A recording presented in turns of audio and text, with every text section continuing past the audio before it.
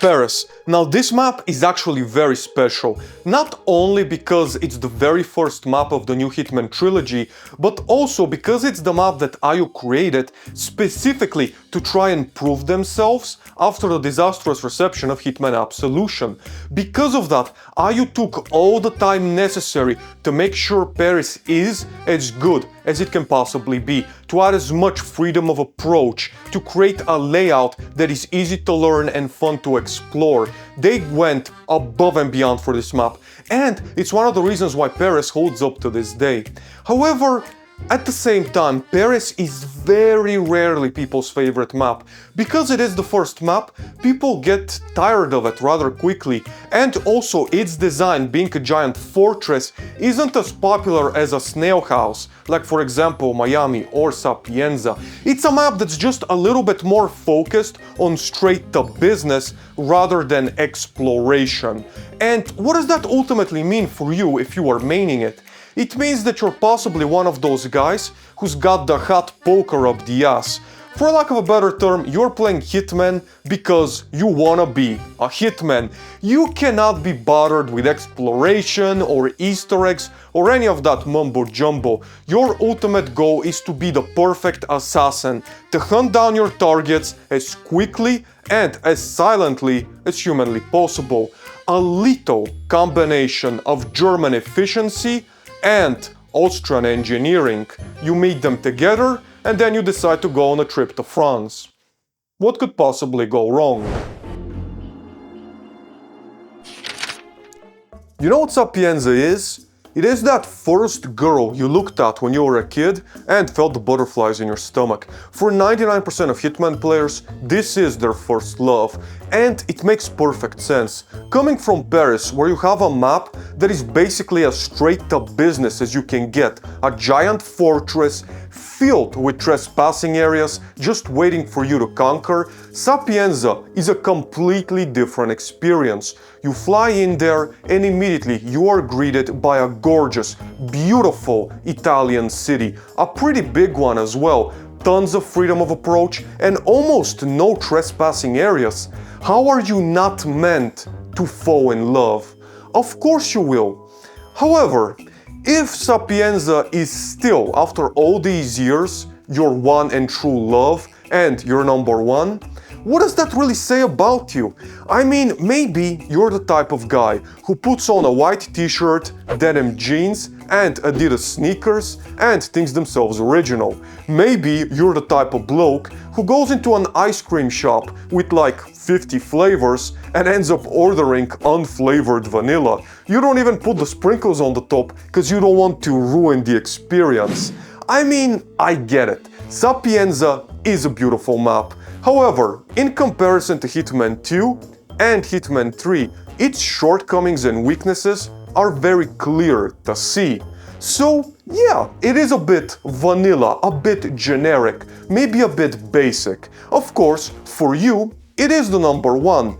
Though, to be fair, that's not hard to achieve, given that it's also, most probably, the only map you play. Marrakesh, also known as the very first victim of Hitman's episodic releases. I mean, it doesn't take much looking to figure out that this map is unfinished. The extreme lack of freedom of approach, pretty much speaks for itself. The consulate building's right side is completely unreachable and therefore you're limited to only one entry point. The back side is not unfinished because, well, they never even started it. On the other side, the school area's whole left side is unfinished and therefore you can't enter or exit through it, so once again you're limited to only one entry point, and the back side of the school area is unfinished and, as you can imagine, completely unreachable. So, given that those are the two main locations your main targets hang out, and this is how poorly designed they are, you can pretty much imagine what the rest of the map is like. So, what type of a person in their right mind would pick this map as their favorite? Well, let's say this. If you pick this map, it certainly is not for freedom of approach. There's hardly any. It's not the visuals because it's nothing special, it's not the story, certainly not the atmosphere, there's far better ones out there, it's not the challenges, definitely not the mastery unlockables, and it's not the Assassinations. So maybe you're just the type of person who sees positives where other people see negatives. The type of person who doesn't just see the glass as half full, but is also extremely grateful that it's there. I'm only kidding, of course. Marrakesh has more than a few positives. It's just that no one's found them yet.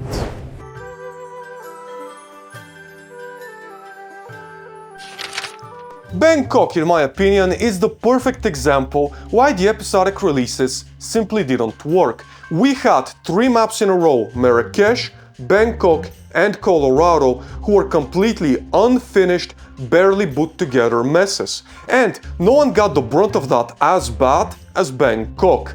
I mean, it doesn't take much to see that the map is a complete mess. For starters, the entire left wing, left part of the hotel is completely unfinished, so it's impossible to reach. There's no elevator shafts anywhere to at least give you some alternative way of reaching the upper floors, and there's nothing on the upper floors connecting the 2 wings together to allow you to get from point A to point B.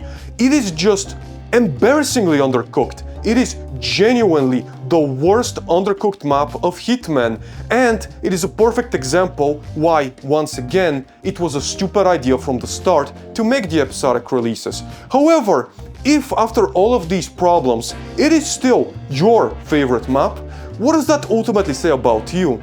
Well, maybe you grew up with the sweet life of Zack and Cody, in which case, I can't really blame you. But if it's not that, then it's maybe not so much the map itself, but more so what it represents. A hotel location is undoubtedly one of, if not the very best locations to set up a Hitman map. It is just a perfect match. So for you, you're just so in love with that concept that you're willing to overlook all, and there really are a lot of weaknesses that ultimately come with Bangkok. The type of person who always dreams of buying a beautiful Aston Martin and then saves up all their money to buy this.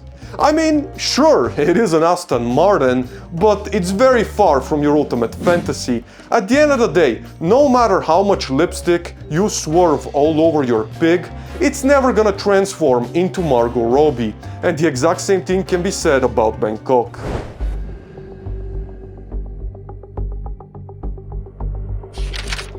If your favorite map is Colorado, you are one of 3 types. You're either a deluded Payday player who found his way across the pond, which by the way happens quite a bit. I should know, I've made content for both Hitman and Payday, and trust me, there is quite a bit of crossover.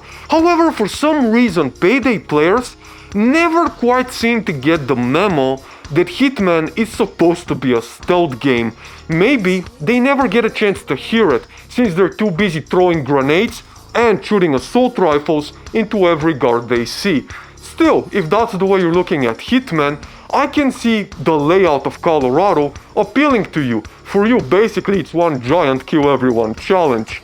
The second type of players are, of course, the tryhards. Now, every game has its tryhards, but Hitman's Colorado crowd goes just that little bit extra hard. I don't know if they didn't get enough attention at school or enough love at home, but for some reason these guys are obsessed, hell-bent on proving their own worth by maining Colorado, the worst map you could possibly take. It would be funny if it wasn't so sad. And ultimately the third type are the same people who pick support in solo queue for League of Legends. People who just have a need to get shit on and be called awful names. The same people who yap on and on and on about how they need a dominatrix to kick the shit out of them. People obsessed with misery and pain. Because, let's face it, there is no other reason why you would ever pick Colorado.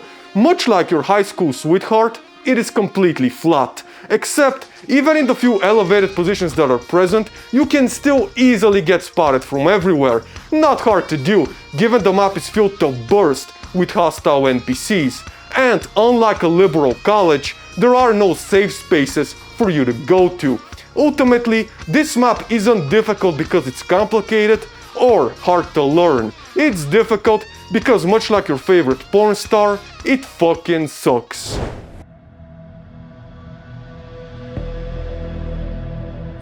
Hokkaido. Now, you may be surprised to hear this, but on my YouTube post where I asked you guys which is your favorite map and why, Hokkaido got chosen quite a bit. As a matter of fact, so much that I decided to have a little experiment.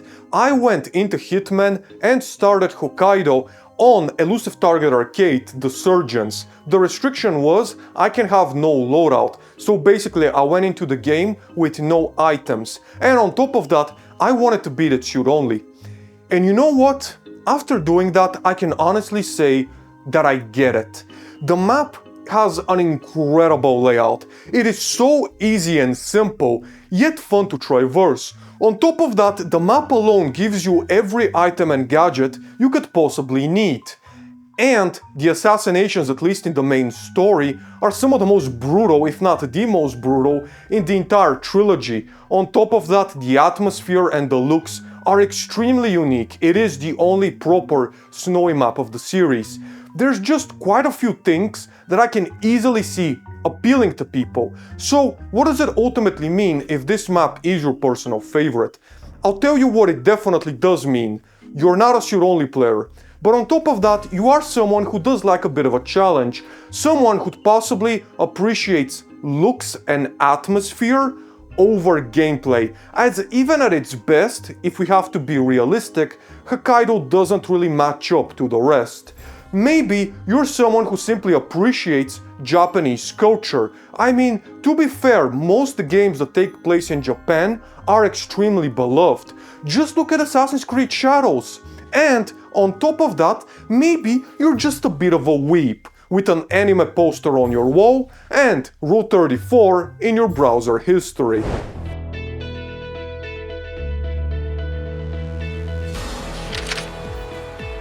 If your favorite map is Miami, then you, my friend, are what we call a connoisseur. Let's face it, it is a brilliant map. It takes many of the weaknesses of Sapienza and pretty much completely fixes them. For starters, you no longer have those cut-off areas like the ruins or the caves in the laboratory that are extremely difficult to get in and out of. The map is very well connected throughout, which is actually a lot harder to do given that it's separated by a racetrack right down the middle. On top of everything else, also, it is just a brilliant map to look at. It is so beautiful, it is so welcoming, you just feel like you want to be there, and it sort of takes your curiosity and leads it to an adventure. You always wonder what new secrets you can find or what else you can discover. To me, it is as good of a Hitman map as you can get. There's a reason that on my top 10 Hitman maps, it reached the #1 spot. And it actually wasn't even close.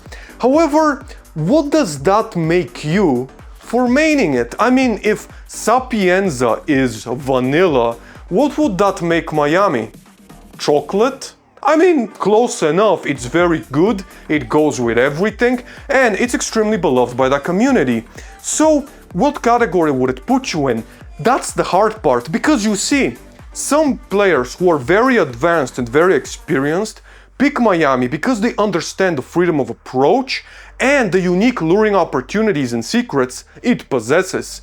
Others, complete beginners, pick Miami because it's just so shiny and beautiful and welcoming, and they have a sense of adventure when being on it. So ultimately, a lot of people pick Miami for a vastly different amount of reasons, and it's very difficult to put Miami players into one certain category. I will just say this. It is a good pick.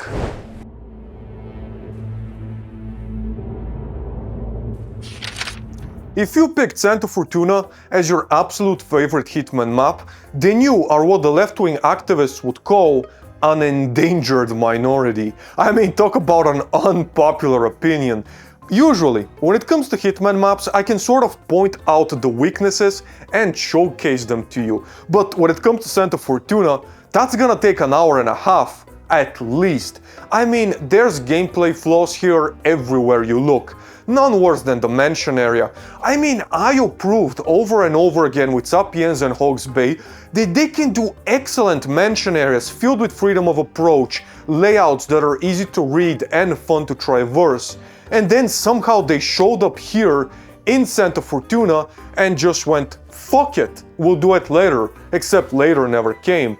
I mean, it almost makes sense when you look at the overall scheme of this map. You have a mansion area, then you have a fishing villa, a coca field, a secret underground cave, a jungle, a ruins area, and a construction site. It's like you've had 5 different designers just make random shit up and then at the end just mash it together. It doesn't even go that well together. Traverso, not this map's best point, though to be fair, there's not that many. Still, it isn't as bad as the mansion area of Haven Island, but nothing is. When Haven Island came along, whatever you may have thought was bad, Haven showed up and was like, you think that's bad? Well, guess what? There's a whole new level of low being introduced here. Still, coming back to Santa Fortuna, if you pick this map as your favorite, maybe you like the many diverse locations that it features. Or maybe you're just a big fan of the Ghost Recon series and miss it. Let's face it, this map is definitely on a march to it. Or maybe you're just a hipster. Either way, I think deep down you know that this map ain't it when it comes to anything. Still though, do not feel bad. It can be worse. I mean, you could be a Haven Island player.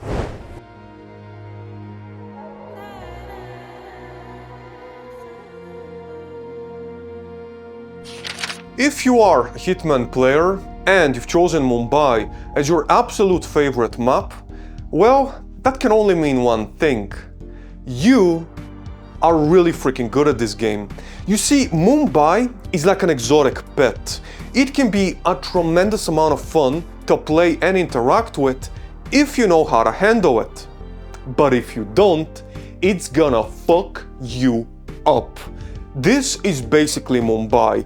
It is a map that genuinely, if you know how to play on, it can be one of, if not the very best map of the entire series. The freedom of approach is unbelievable. The atmosphere with all the little secrets and hidden pathways and the different music that is introduced here.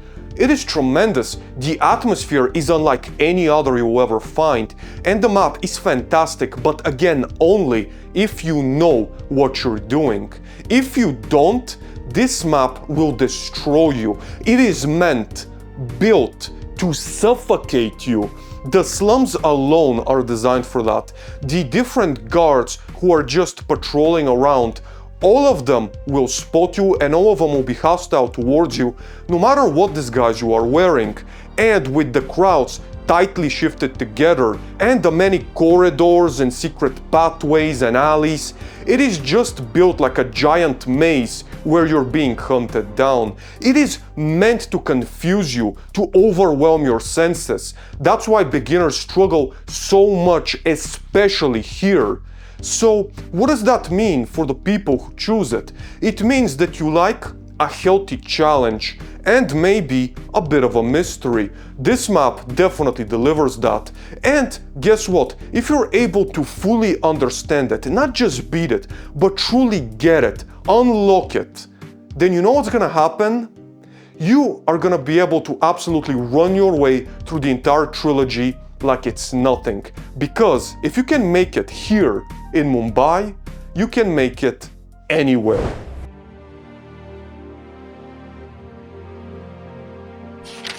Vermont, Whittleton Creek, or as I like to call it, Blood Money in 2 weeks. This map is a great representation that you don't need a huge map in order to make a good map, or at least a decent one. Now, I know some people will be disappointed by the size, given that it's meant to represent blood money, but for what it's worth, the atmosphere is heavily packed in here. Every NPC you come across has their own little story and is an active participant in the world. That is why this map feels so immersive, and also freedom of approach is plenty. And on top of that, the beautiful sunny weather, well, that does it no damage either. Ultimately, the reason you would choose Whittleton Creek is because of its relaxing nature. Its small size makes it feel just so cozy and ultimately welcoming. Or maybe you would choose it because you're used to working with small things, and Whittleton Creek just comes natural to you. I'm kidding, of course. This map isn't just for guys with small dicks. It's for everybody. It's for all dicks. And ultimately, what better reason is there than that to pick a map? It's also a haven for casual players. I mean, why sweat your ass off dodging bullets in Colorado or being hunted down by ICA killers in Berlin when you have a target in Whittleton Creek that, much like Joe Biden, can be taken down by throwing a tomato? Is it a bit lazy? Of course it is. But if you picked this map, chances are, so are you.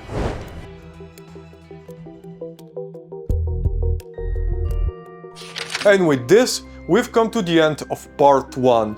Now, please understand that this video was created from scratch entirely to be comedic and entertaining. It is not meant in any serious nature, nor is it meant to be taken as a statement of fact in any way whatsoever. As some of you old subscribers might know, I have a 100% completion review on every single map of the series.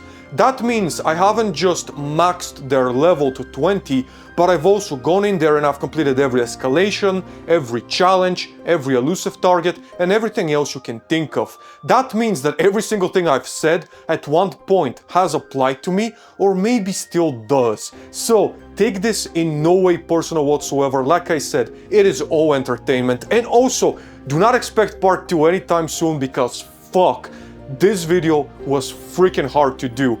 Press the like button if you enjoyed, subscribe, become a member if you'd like to support me, I'd really appreciate it. And until next time, this has been WildGold, and thank you all so very much for watching.